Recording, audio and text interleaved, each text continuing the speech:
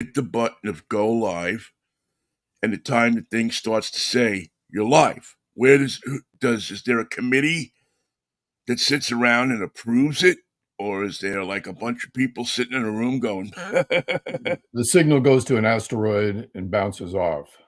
It takes a little while to come back.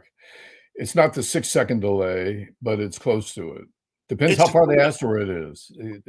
It can be up to 12 seconds if the asteroid is in the furthest apogee of its orbit. Wasn't there a movie a few years ago about an asteroid that was coming and nobody would believe it? Everybody thought it was a conspiracy theory or something like that. I seem to vaguely remember. Yes, and the president was female actress who, let's see, Not Glenn Close. not Glenn Close. Um, Um, no, the celebrated award winner. She's won everything. oh, She Meryl Streep. Meryl Streep was the president, and they knew it was Ah, coming, and they knew it was true, and they refused to deal with it. They thought that could be. if they didn't talk about it, it would go away, but it just came faster. Yeah, what usually happens with asteroids, it's not like COVID where you can go get a vaccine for it or something like that, and boom, you stand a better chance. If the asteroid's coming, your only hope is Superman. I mean, And you can believe it or not believe it. It doesn't really matter. You do have a choice. You can believe it or not believe it, but it does not affect the asteroid or its route or its arrival. yeah. And even Superman and longtime people who have watched all of the Superman episodes a number of times, and there are those types of people out there, will know that it took even Superman two times to blow the asteroid that was headed toward Earth up. He had to go up there once, and he didn't blow it up. He just moved it off course a little bit. And then the second time he went up, after he remembered who he was, because he went up on the asteroid, and the whole jarring thing took away some of his powers and gave him amnesia. He forgot who he was, which was a little interesting because everybody went to Clark Kent's apartment. It amazed me over that series as young as I was, Michael, in watching the Adventures of Superman. You saw the holes in the story. Well, yeah, how could these people be newspaper reporters and not know that this guy was Superman? I mean, yeah, it was obvious to a 6-year-old who Superman You was. you look like Superman except for the suit and the glasses. But if you were in a Superman suit, you'd be a spitting image of Superman. But you can't be Superman because that would be Superman. Right. Well, and there's been whole theories written about this that say that one of his superpowers was the power of disguise. So that the Clark Kent that Lois Lane and Jimmy Olsen and Perry White and all of those other people were seeing was actually a different looking Clark Kent. Well, Than now that was a way to explain it away. he may have Um, had powers that he wasn't using, his super cloaking yeah, powers. yeah, he could have had stuff going on that that gave him the ability to look differently. Um, Well, Superman rescued Earth. He had to go twice, but that's understandable. It's a big asteroid. It's a huge thing. But yeah, and let's we're in a different world now, Benny, where people would believe that the asteroid is coming and do something about it, or believe in Donald Trump instead, and not believe it, and consequently not believe in the asteroid. And even if the asteroid hit the planet and there were some survivors, those people would say that it didn't happen.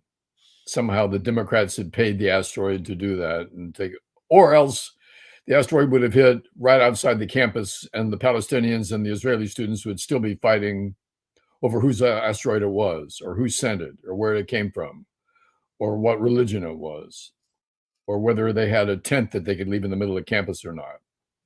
There'd be something to fight over. We wouldn't be satisfied to be rescued from the asteroid. right. That would just open up another can of worms, and there would be probably a world war over the pro asteroid and anti asteroid factions. The French would award the Superman the Croix de Guerre or whatever it is, or whoever saved us from the asteroid. And the Republicans would refuse to fund the saving and try to shut down Congress so that you couldn't write a funding bill.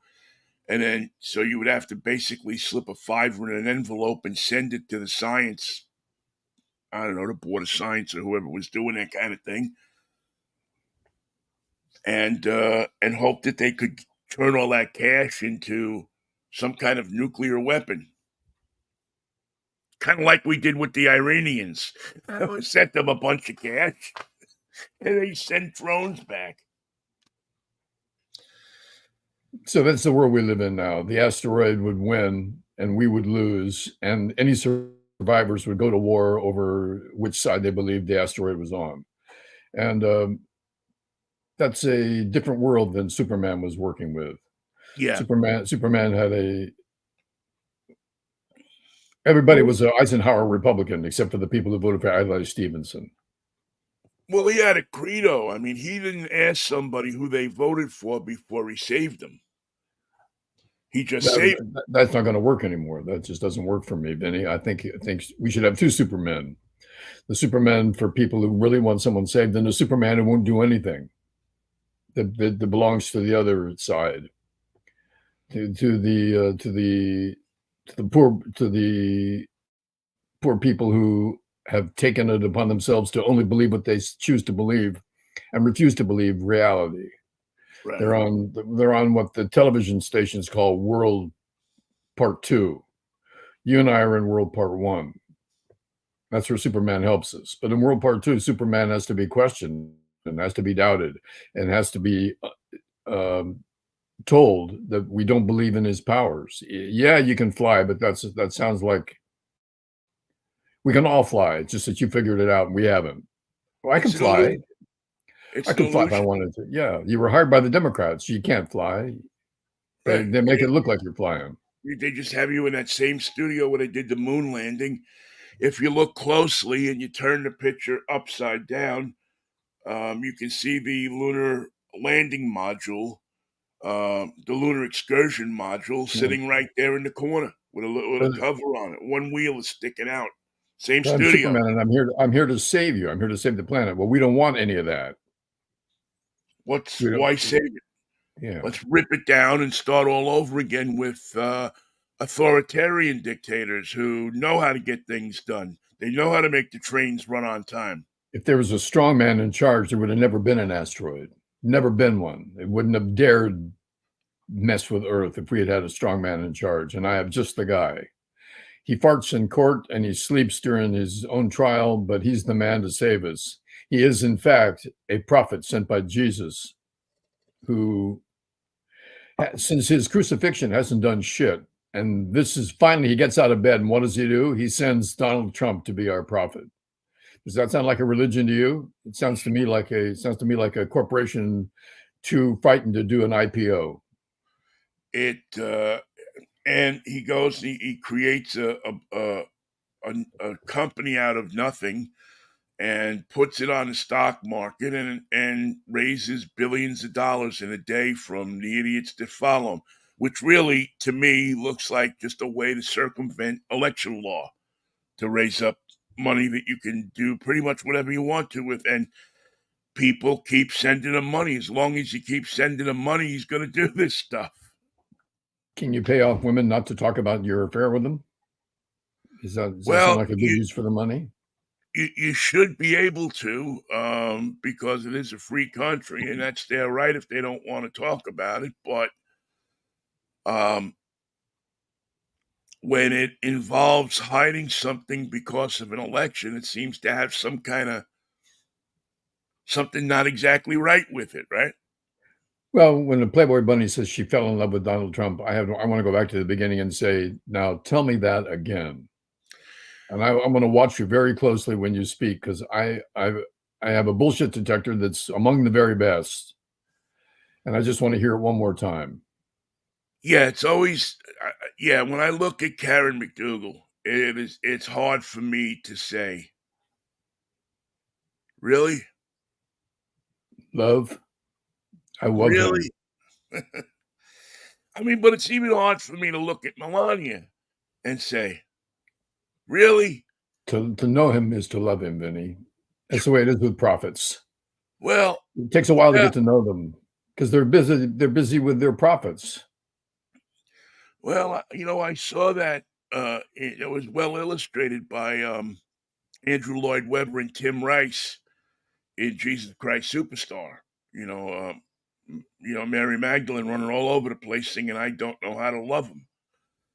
You know, What big can I do? Yeah. big thing, big hit too And she for, should have Helen Reddy. and she should have left it at that. But no, next step. They had to come up with some excuse not to believe in the asteroid that's coming. And the reason for that is, look, miracles can happen. She fell in love with this guy. So we're just going to wish away the asteroid. It's going to be a miracle. And you're dealing with a prophet. It's not a real human being. He's sent by Jesus, I tell you. And he sent him with only one tie. That's kind of weird. You'd think that they'd give him more of a wardrobe, but nope. One black suit, one red tie is all they came with. And that's the way it is with a prophet. He lives a simple life. Yeah, I mean, I'm thinking to myself that, all the prophets I've known, the Osteens, the, Bakers, Is that Claude Osteen, or he uh, was a you know, preacher? I always actually wondered to see if there was a connection there, and I don't think there is. I think I looked and, before he passed away, Claude Osteen, if he did pass away, put a disclaimer on his Wikipedia page saying, "No, no relation. It's a different Osteen. A different branch of the family." Um, Although when I first saw the guy's name, I thought, the father's name, I thought, well, maybe, but no relation. Just like Wade Blassingame, the dog lawyer, is no connection to Wade Blassingame, the baseball player for the at Milwaukee and then Atlanta Braves. And Tommy Tuberville, the ex-coach of a heretofore unmentioned college team, has no relations to anybody. Apparently, he was a test tube baby. He has no parents. He has no proper upbringing. It's just a miracle Got that no he ever game. coached football. Got no He's game. got he's got no game. Did you ever watch the series Alpha House? No. It's on Amazon Prime, and it's a series about four Republican senators in Washington. And it's a comedy, and it's really good. There's a lot of good cameos in it and stuff. It's probably from the early tens, Hmm. uh, which is probably why I missed it. But it's kind of a cross between Animal House and um, Alpha House, Animal House, and West Wing. You Okay, I know, gotcha. Goodman plays a senator from Alabama who was from North Carolina, John who Goodman. John Goodman, who was previously a basketball coach, and he nails this thing, and he just looks. I mean, it's almost if they wrote the part for Tommy Tuberville. With the just the attitude and the whole thing that goes on. It's really good. I've been binge watching it the last few days. I think I'm probably almost to the end of it, and it's a really good series if you're into political comedy. I got a Uh, job for Superman. This is going to yeah, be a difficult one. Nike has made uniforms for the National American League this year that the players hate. The pants don't fit. They're tailored all wrong. They're see-through fabric. The numbers they don't like their numbers. They don't like the way their name appears on the back. They decided to right. go with smaller letters. Just tiny letters. And Nike has finally received so many complaints that they're going to redo them, but they're not going to be able to redo it this year. 2025, maybe. They changed them with no problem. To change them back, impossible. Can't be done. Nike advised baseball. They knew that they didn't work. They told them in spring training. They told them that it wasn't going to happen. They told them they were unhappy. Now the attitude toward Nike is so loud and so critical that they had to say, yes, we're going to fix it. But Nike told baseball, before they admitted that they had to fix it, Nike told baseball that the players were just going to have to adapt. We don't like these uniforms. You're going to have to adapt. It's the pants, you see right through them. You'll adapt. We don't like the way they fit. They're cut all wrong. You had them right before. Now you've messed it up. You changed it and you didn't have to. Nike's answer to baseball was the players have to adapt. And now Nike is forced to adapt, but they can't adapt fast enough to change the uniforms this year. We're only, well, it's still early. That's how early it is in baseball. It's still early. And Nike says they made a mistake and they're going to fix it, but they can't fix it now. They're just going to have to fix it sometime later. And it's one of the most outrageous negatives that I can throw at Nike's doorstep. Their ego and their corporate malevolence have finally caught up with them to the point where they make a substandard product that no one likes. And their answer is up yours, adapt.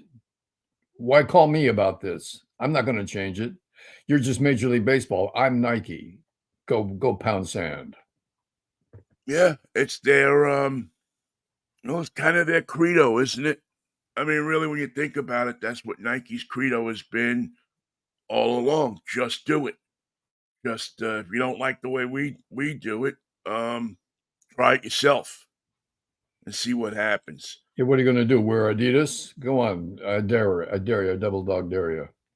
Well, listen, I don't know who makes these decisions in the game. It certainly isn't a baseball person.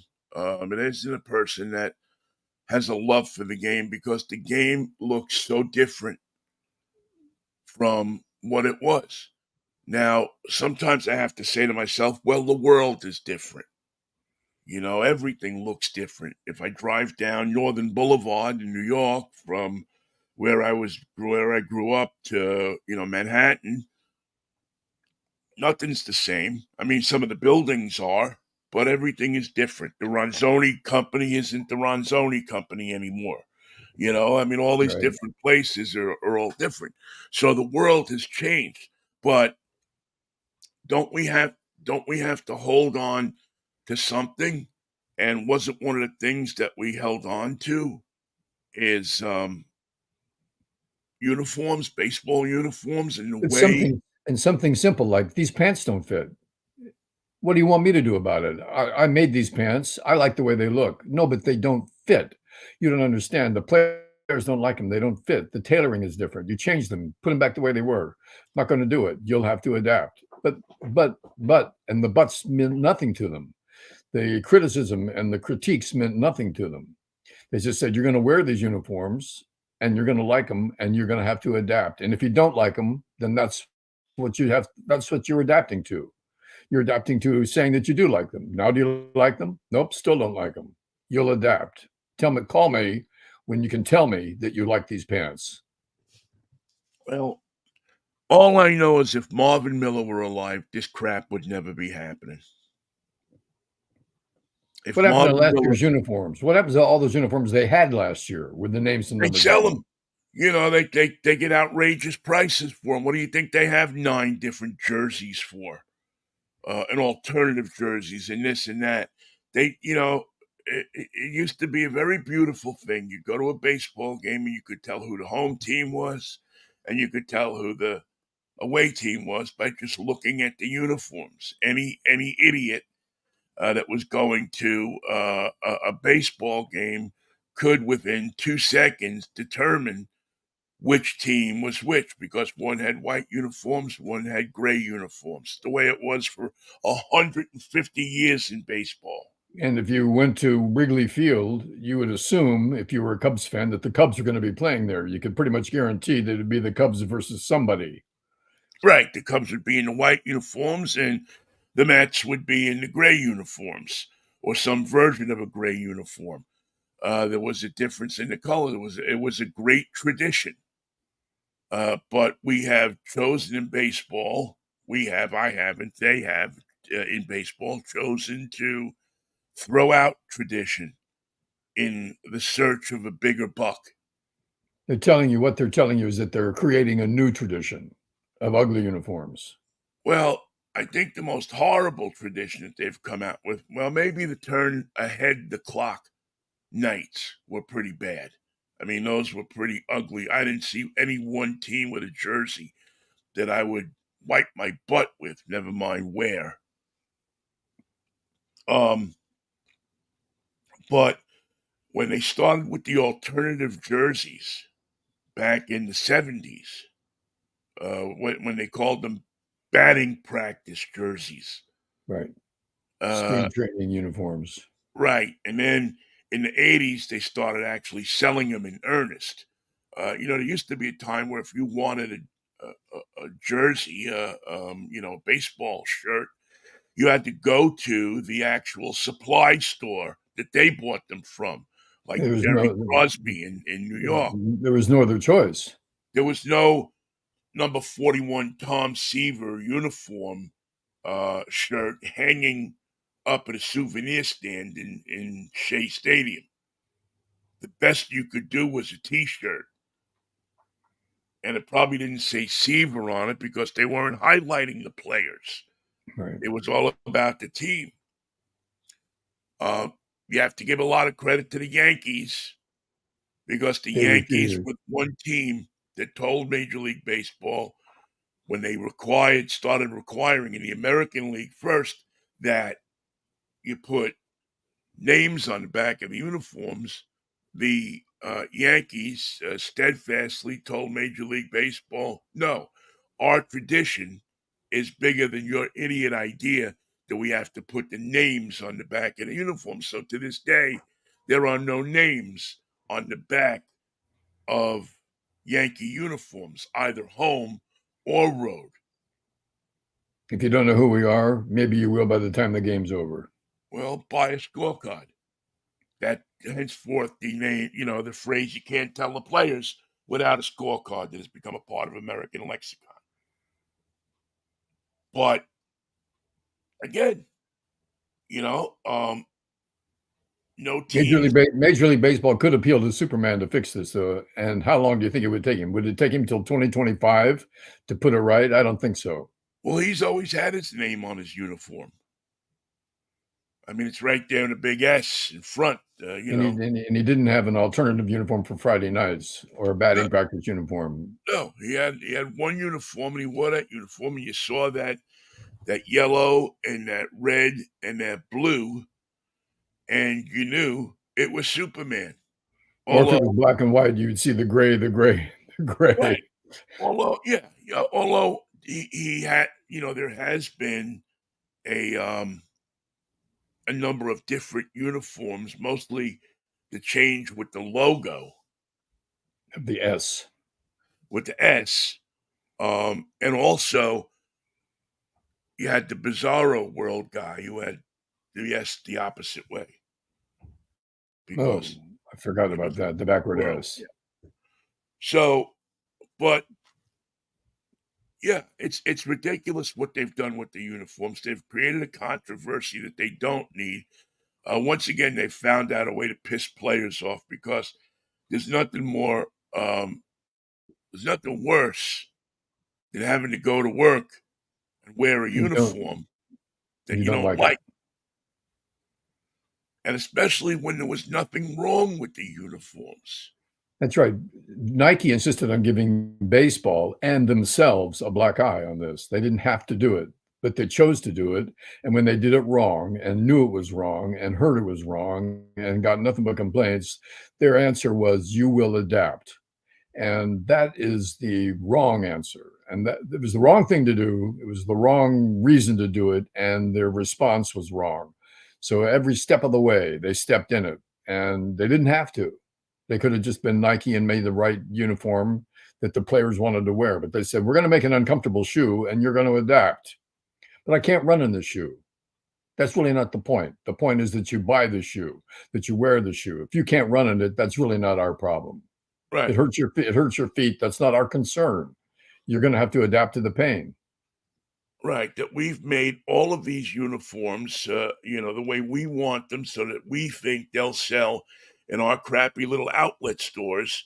in every outlet mall in America, where people who don't have a chance of fitting into a baseball uniform in any shape, manner, or form We'll wear one anyway. we'll get that jersey and wear it to the ballpark in hopes that a manager will look up into the stands and see them in that jersey and say, "Come down to the field. We need an extra player, and you have a uniform on, so please Yeah, come down and sit on the bench with us." do us a favor. You're up. Get a hit. We never wore that stuff when I was a kid. We never wore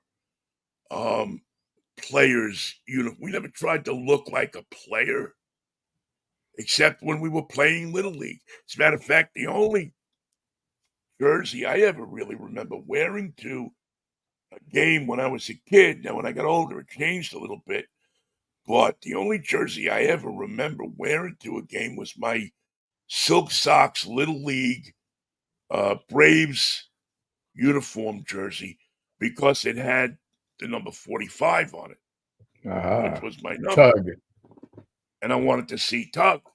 You know, first I had 15, which was Jerry Grody, but then I switched to 45. And that's the only uniform jersey I wore to a game. Now I had, in later years, I had a Mets jersey that I still have that has 45 on it, a couple of them. But I didn't wear it to games. I had to I'd wear go it when I ran my 8 miles to pay Yeah. you for the bet we had at KKCY. Boy, that was a million years ago, wasn't it? It was Tug McGraw, yeah. Tug Yeah, McGraw was a factor. The Mets were playing in the World Series. 1986.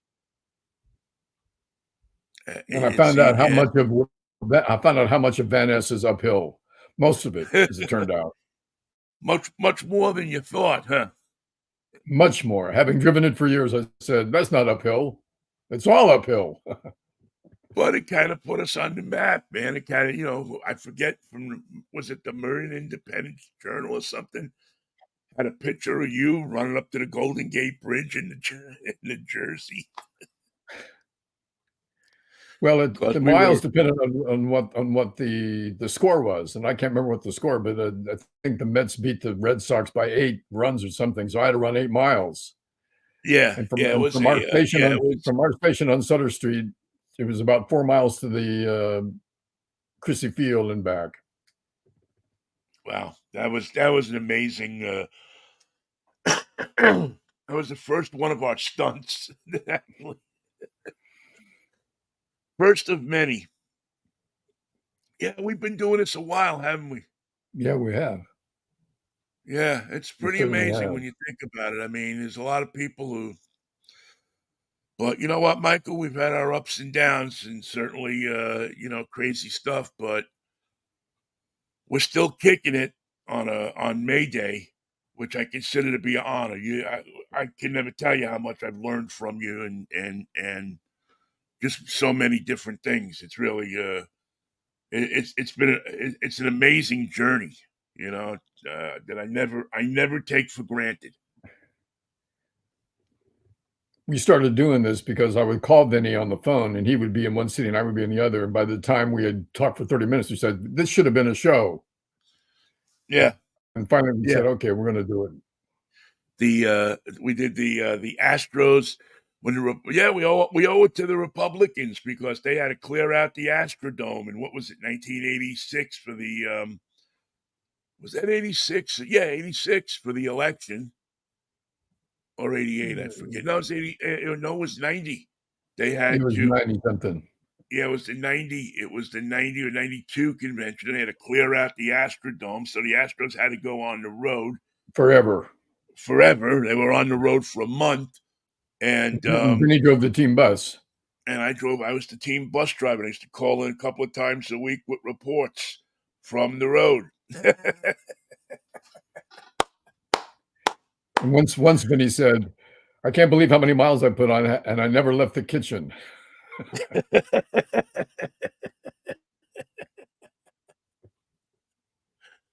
Oh man. So what do you make of what's going on the college campuses? I know that we have oftentimes over the past years said that, young people need to get involved. Well, they So certainly have gotten involved. it's like three different things. At Brown University, they had a negotiation to discuss with the administration divesting or just to discuss divesting themselves from investments that would benefit Israel or those supplying weapons to Israel. Right, That which we that was know one ain't way, happening. and that settled things on the campus in terms of the questions they were asking. Their series of demands in New York at Columbia, they they've got a situation where they were being left alone pretty much for their encampment on campus, and at night they broke into the administrative offices and occupied those. They should have known that that was the wrong way to go, but that's the way they pushed it. And last night they got chased out. At UCLA, yet another idea happened where late at night, those who were against the Palestinian protests, the pro-Palestinian protests, came on campus and wanted to fight, and they got a pretty good one going. And whereas the cops were not called at Brown, but were called in New York, the cops in LA didn't show up for an hour. They fought on the campus for a long time before they came to the rescue and broke it up. Yeah. And so there's three different schools with three different experiences, all trying to do something similar, but getting different results. But one thing this has brought out is brought out a lot of guys who want to wear a reflective jacket, have a bullhorn, and tell you what to do on your own campus. And there are a lot of examples of the organizers taking over the game. Else how would you know what you were supposed to do next? Who is organizing it on every campus? That would be my big question, to find out who's the man behind the curtain. Here I am Right. voting with my feet and my emotions to make a statement on campus, but I'm being organized by some group of people. Who the hell are the organizers, and what's their idea of a good time? Well, see, those are my questions. If you were, I don't know, a foreign power like Slovakia, let's say, and Slovakia said, the way we can benefit ourselves here and dethrone America, who sends us so much money and so much wheat and so much everything else, is to Screw it up, and not to the point where America stops sending us money. right is to send or finance people who are known subversives in the United States, so that they can go and they can seed the sow the seeds of discontent and blow things up out of proportion, make people hate each other more. And Sounds at like a a time, Slovakian plot. right, at a time when America needs less hate, and it used to be a thing like that would get no sympathy from people like Congress people and senators and Republicans and Democrats. They would get no sympathy. Nowadays, um,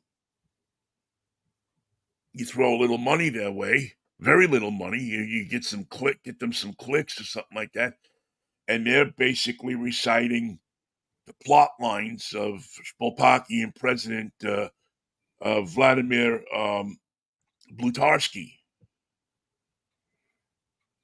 and all of a sudden you don't know quite what to believe from who. Are these students who truly believe that there's something wrong with the system? I believe that there are some like that. Are there students that believe that the United States shouldn't be involved in any shape, manner, or form in any of this stuff? I believe there's some of that. But are there external forces outside of these students that are pushing these students in a certain direction Well, and making it you've seen a lot of news coverage of all the different campuses. There's always a couple people in the shot that don't look like students. right? many people, just like when in the Black Lives Matter protests, there were many people who didn't look like Black Lives Matter protesters. Right. You know, they looked like they were external. They were from some, you know, that they professional rabble rousers, professional people who go out and are paid by somebody to go out and create a situation, a bigger situation out of a smaller situation, And the and fights last entice. night at UCLA, if you, the video that I saw from UCLA last night, which happened by the way late at night, so you know, LA, anything after 10 o'clock is like 4 in the morning. The sidewalks are rolled up. There's nobody out. It's quiet. It looked to me like these guys had fights before. This was not the first time that they had taken a length of PVC pipe and wailed on somebody with it. Right. And they were into the fight. Weren't fighting because they had to, fighting because they wanted to. Right. They were aggressors. And my question is, who were those guys? Were those students from the campus? It didn't appear to be. Were they people from the area who had gotten organized and drove over to the campus to mess with the Palestinian supporters? Were they supporting Israel? Were they supporting the U.S.? Were they supporting the Proud Boys? Who were those guys? And I don't know if we're going to get an answer to that question ever. Well, as we have repeatedly seen, since the days of, you know, the Vietnam War protests, there are always people who externally get into these things. They know that young minds have two great things going for them. They're young and impressionable, and they don't act many times, not all the time, but many times with a lot of thought. You know, it's a lot. You got a lot of testosterone rolling, and a And no lot of experience. and no experience, and it's tougher to tell who's genuine from who's not. Um,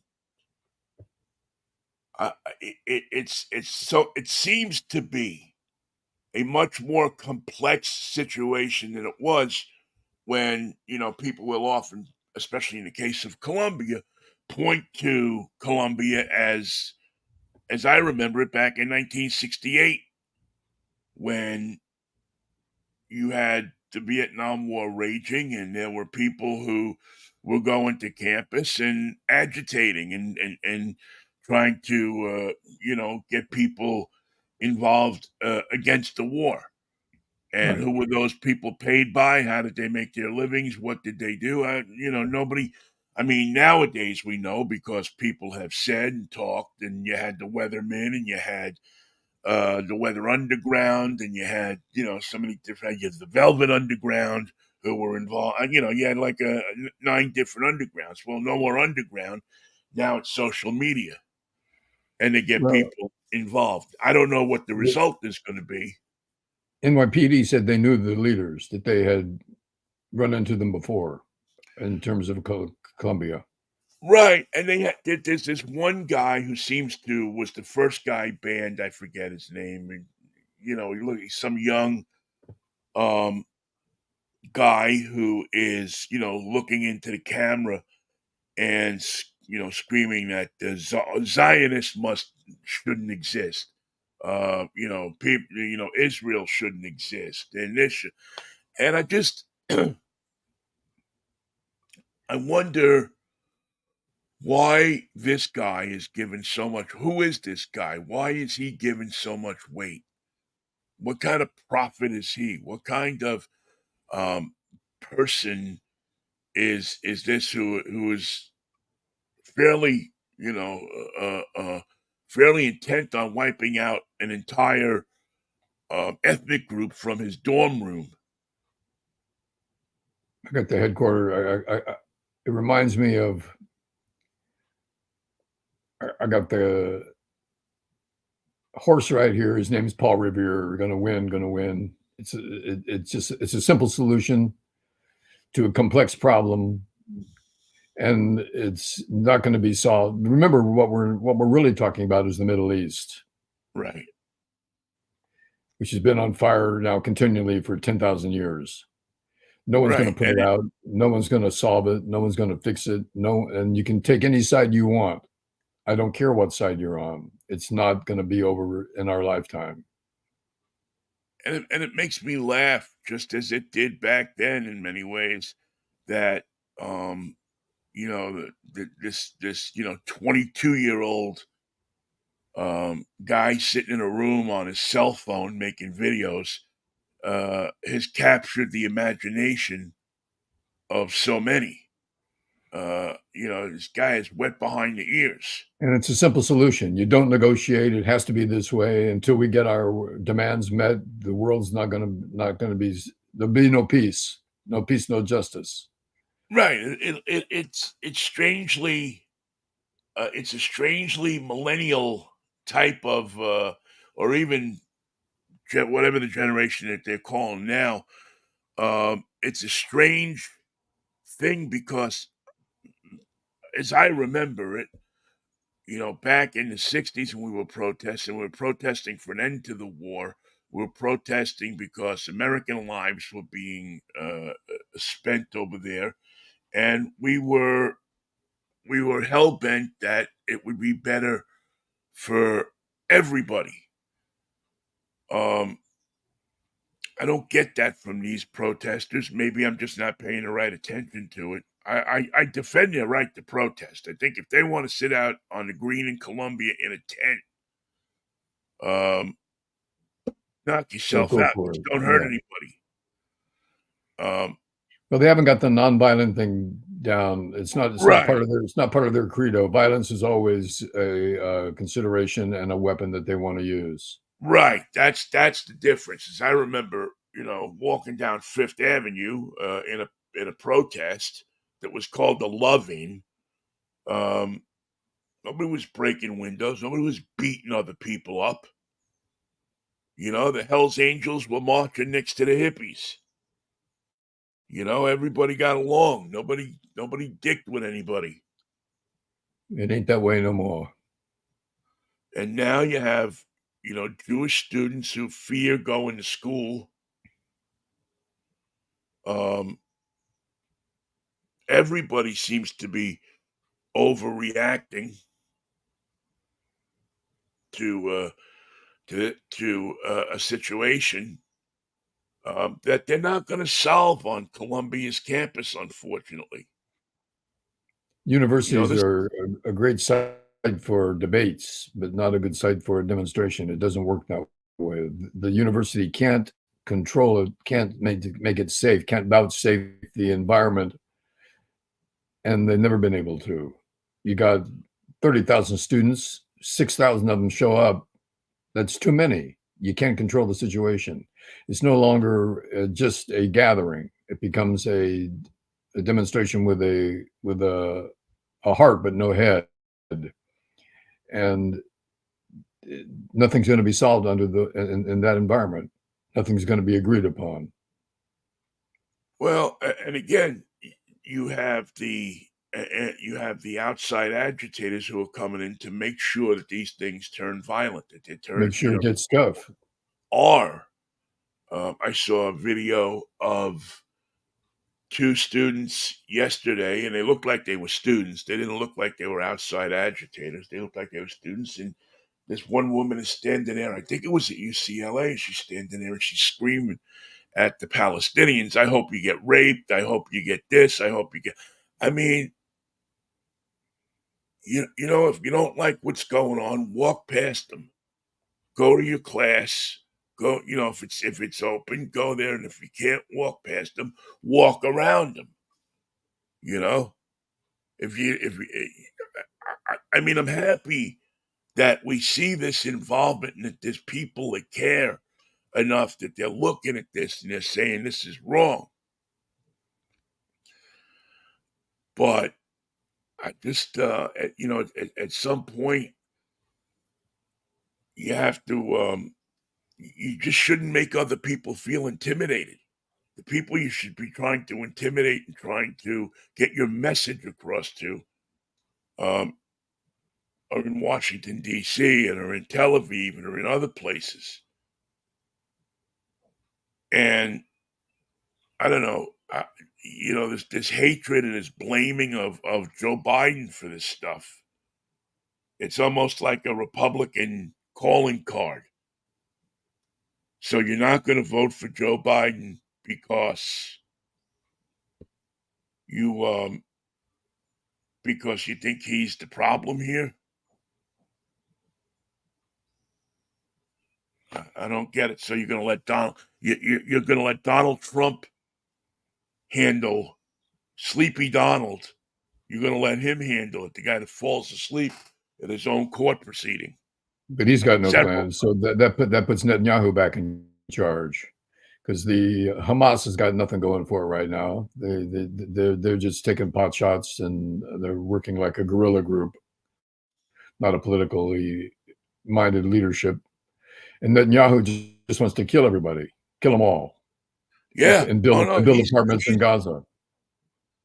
Yeah, he's proven that he wants to level the place. He's, his thing is 10,000 dead for every one that you killed in October 8th, I think it was, or 6th or 8th. 7th.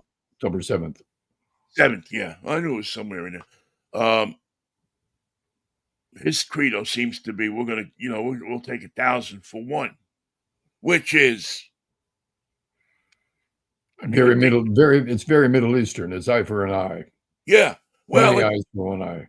We forget that these are societies that are built on revenge. Have been for thousands of years. You can't remember what they're avenging. Are we avenging the time that he came over or the time before that? No, it was the time before that. Then they came again. Then they came again, and we're avenging we haven't yet avenged the last two visits. We'll get to them. Yeah, it really is amazing to think that that's. But listen, coming from an Italian family, an Italian neighborhood, you understand that because there's a lot of that in the Italian thing of if this guy does something to you, you got to get him back. You got to, you don't just leave it alone. You make sure that no matter how long it takes, you're going to get even. Let's hit him now. Let's hit him hard. Let's hit him while we got the strength. Let's hit him today. Yeah, you can't let it go. They got to know it's coming. Thing that people understand. Unfortunately, these guys aren't house neighbors; they're country neighbors, and one of them is a country neighbor without a country, which always makes things worse. And it amazes me because they're trying to fight a clean war. And war is not clean. Innocent people die in wars. We're insulated to it here because we haven't had a war here in a long time. But innocent people lose their lives in war. And the only way you stop that is by stopping the war. Can't do that, Vinnie. We can't do that. We have certain benchmarks that we have to make to conduct our war, and stopping is just that's crazy talk. Stopping the war is nonsense. We're not doing that. This is a good war. This is a hell of a war. It's vengeful. It's bloody. It's unfair. Women and children are dying. This is good. This is just the kind of war we always wanted. War. It's everything. It's got all the factors in it. It's a hit war. Yeah, and it's on. And not only that, it used to be the war only used to come on at 6 o'clock at night on the national news. You'd get the war. But now you get the war, you can have it 24/7. Just crank on CNN or MSNBC or, holy God forbid, Fox News or one of the newer ones. What do they have? Newsmax and I don't know, a couple of different networks that are decidedly right wing. There was a guy yesterday that was, I think he was on Newsmax, if I'm not mistaken. And this guy had decided, Singing. He had something to say, did he? Oh, yeah, he did a half hour on Joe Biden eating his salad. Joe picked up he was talking to somebody, and he's at the correspondence dinner, and he's eating his salad, and he's trying to push the salad onto the fork, and it looks like he's having a little, I mean, he's slow.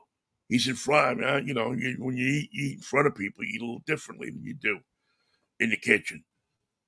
And maybe the tux is a rental, and he doesn't want to get the oil on it. They'll charge him an extra cleaning charge. I don't know. You can't get the oil out. You have to pay for the whole jacket. You can't get the oil out. We've all tried. It can't be done. We've got a closet with jackets in it that I had to pay for because I'm a sloppy eater. But anyway, so this guy did like a whole half hour just pointing out how slow Joe Biden ate.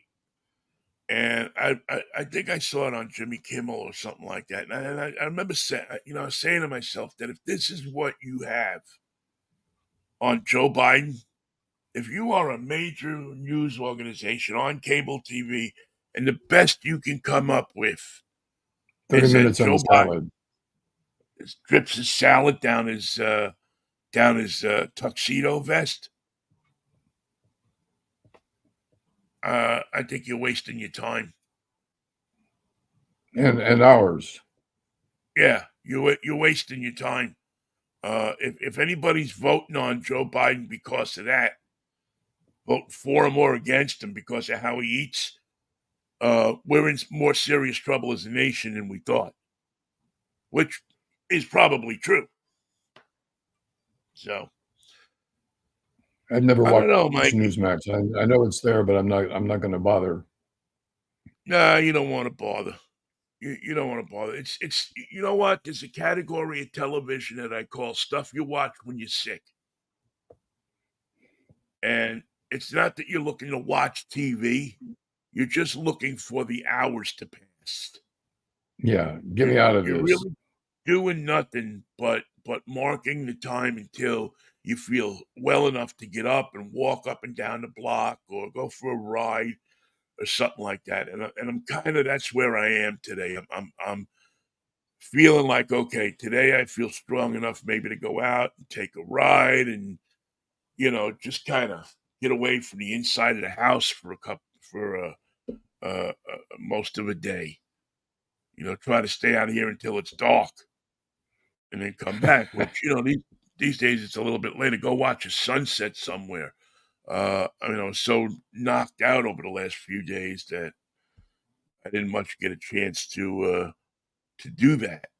Well, you're back on So your feet now. I can see you're on the mend. Good job, Ben.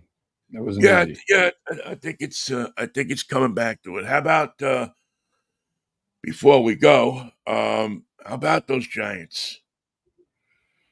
They unfortunately went to Boston.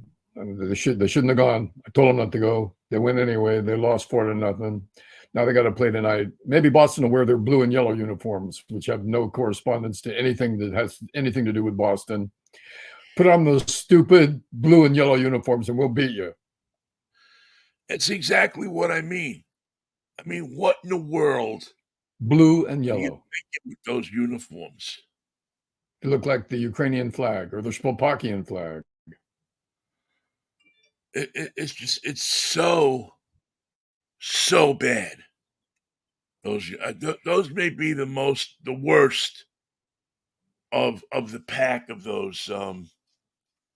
I mean, what must somebody who's 80 years old and been going to baseball games since they're Carl Yastrzemski was the cleanup hitter.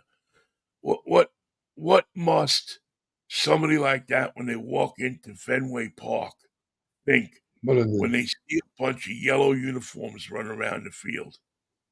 They think they got there in the wrong night. It's some college team playing. What the hell happened to I thought the Red Sox are playing tonight. By the way, if Fordham University wants to wear the blue and yellow uniforms and play the Giants tonight, we'll take them on. Yeah, well, the Mariners have done themselves well. It looks like since we kind of went through the little list, they've turned things completely around. The pitching is clicking. Um, the hitting is unbelievable. They beat the Braves now 2 nights in a row on some really exciting baseball. Um, Mitch Haniger's been a part of it, which I know you like to hear, and the new acquisitions have been contributing. Guys are warming up, is what's happening. Yeah, well, Giants have yet to play 500 ball, so that's going to be our victory. First, show me you're a 500 ball club, and we'll talk. But if you can't play Yeah, 500 in the National League West, I don't want to hear your excuses. I don't want to hear your bullshit. I don't want to hear about pitchers with sore arms. Solve the problem. Win games. Don't whine to me. I'm not in the mood. And as I've said in the past couple of years, if you can't hit the ball, I will find someone who will. yeah. Problem is, it's hard to find those people these days. They cost a lot of money now, but luckily, it seems like with Polanco, the kid they brought over from Minnesota, and Garver, the kid that they signed out of Texas, took away from the Rangers. Always good when you can take a good hitter away from somebody in your division. Never anything wrong with that. No, that's good baseball. Yeah, that's just smart baseball. So we'll see what happens. But right now this has been an enjoyable 2 weeks in Mariner land. Well, they woke up. And in Mets land. I mean they've been winning excitedly, and that's what they need, or else Safeco Field there or T-Mobile Park or whatever they're calling it this week. Will Zippy the Pinhead Stadium. I like that. I like that. Zippy was a part of San Francisco, man. Yeah, he was. You couldn't have invented a cartoon character that said more about San Francisco than Zippy the Pinhead. And as Zippy always says, yow. Yow. All right, Mikey. What do you say we get reconvene this thing on Friday morning? Let's make it a fractious Freaky Friday. Welcome Let's back, do man. that. And then I thank you. Feels good to be back. I know I'm still a little hoarse and a little, I'm still a little swollen here, but hopefully the medicine they're giving me will get things better, and I'll be back to 100% sometime next week. So enjoy the sunset. We'll talk to you later. All right, Mikey. We'll see you Friday if the Lord's willing. The creek don't rise, man. Peace, love, and Manischewitz, baby. I'm telling you, it's quite a wine. Although there's nobody drinking Manischewitz at UCLA today. See you, man. Nah, they're on the hard stuff. See you, Mikey. Thank you all for listening.